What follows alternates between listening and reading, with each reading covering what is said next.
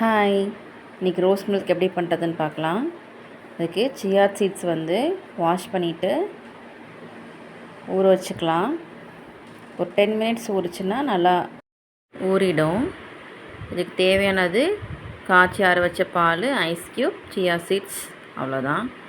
ஒரு கப்பில் பால் ஆட் பண்ணிக்கலாம். இந்த பால்லையே நான் சர்க்கரை சேர்த்து தான் காய்ச்சி ஃப்ரிட்ஜில் வச்சுருந்தேன். ரோஸ் எசன்ஸ் இல்லைனா ரோஸ் சிரப் ஏதாவது ஒன்று ஆட் பண்ணிக்கோங்க.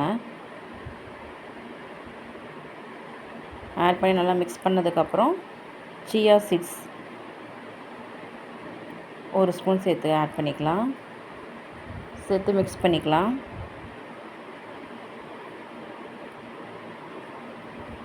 அப்புறம் தேவையான அளவு ஐஸ் கட்டி, ஐஸ் க்யூப்ஸ் போட்டு சர்வ் பண்ணிக்கலாம். அவ்வளோதான், வெயிலுக்கு ஜில்லு ஜில்லுன்னு ரோஸ் மில்க் ரெடி. நீங்களும் இது மாதிரி செஞ்சு பார்த்து என்ஜாய் பண்ணுங்கள். தேங்க்யூ. இந்த வீடியோ பிடிச்சிருந்தா என் சேனல் சப்ஸ்கிரைப் பண்ணிக்கோங்க.